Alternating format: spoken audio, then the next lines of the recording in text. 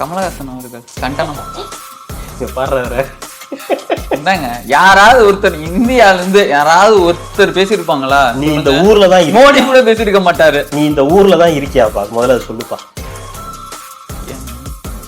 இல்ல ஒருத்தர் ட்வீட் போட்டார் இல்லையா, அவரை தான் கேக்குறேன்.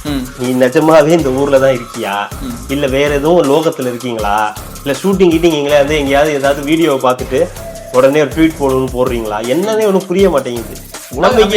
நீங்களும் நானும் உட்காந்து இவ்வளவு நேரம் இதை மூச்சு பிடிக்க பேசிக்கிட்டு இருக்கோம். நாட்டுல இவ்வளவு பிரச்சனை நடந்துகிட்டு இருக்கு, லேடிஸ்க்கு இவ்வளவு பிரச்சனை இருக்கு, குழந்தைக்கு இவ்வளவு பிரச்சனை இருக்கு அப்படின்னு கூச்ச நாச்சமே இல்லாம இங்க இருந்து ட்ரம்ப்புக்கு வந்து இவர் ட்வீட் போட்டா ட்ரம்ப் உட்கார்ந்ததுதான் வேலையா? முதல்ல ட்ரம்ப் உட்காந்து கமலஹாசன் என்ன ட்வீட் போட்டிருக்காரு அப்படின்னு பாக்குறாரு.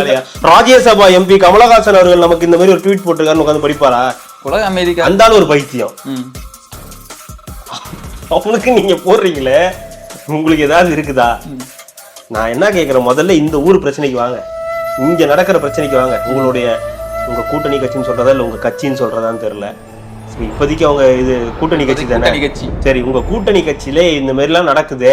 உங்க ஆட்சியில நீங்க ஆதரிக்கிற இந்த ஆட்சியில அவங்களுடைய சிபாரிசுல ராஜ்யசபா எம்பியான நீங்க இந்த மக்களுக்காக என்ன குரல் கொடுத்தீங்க?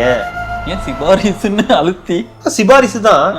என்ன சாதிச்சாரு இவருக்கு? இப்ப ராஜ்யசபா எம்பி இது வரைக்கும் என்ன பண்ணிருக்காரு? ஒண்ணும் பண்ணல. என்ன போய் தமிழுக்காக போய் தமிழ்ல பேசுறாரு, அவ்வளவுதானே. அதை தாண்டி வேற என்ன பண்ணாரு?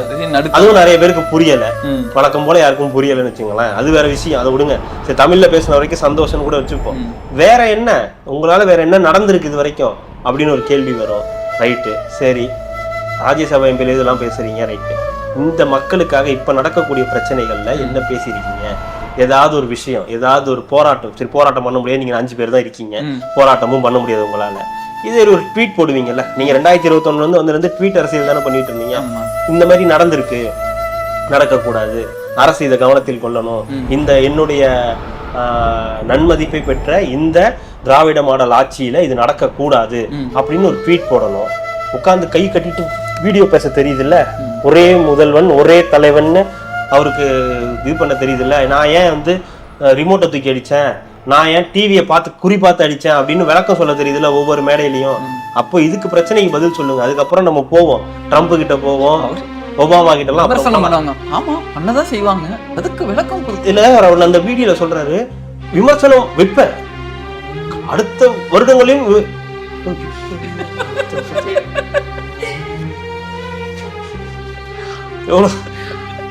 யோசிச்சு பாருங்க, இங்க என்ன பிரச்சனை நடந்துகிட்டு இருக்கு. ஏதாவது சொல்லுவாங்க புதுப்பேட்ல மேல என்ன நடக்குதுன்னே தெரியல அப்படின்னு. அந்த மாதிரிதான் நம்ம ஆளு.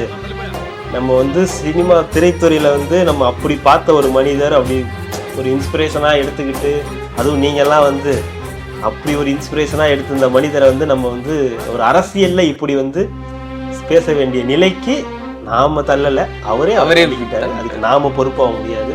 ஸோ எந்த விதத்திலையும் அவருடைய செயல்பாடுகள்லாம் ஏற்றுக்கொள்வதில்லை. இதெல்லாம் சும்மா தேவையில்லாத வேலை. இப்போ உங்க ட்வீட் எல்லாம் படிக்க போறானா? உங்க ட்வீட்டை இங்க இருக்கிறதே எவனும் படிக்க மாட்டான்.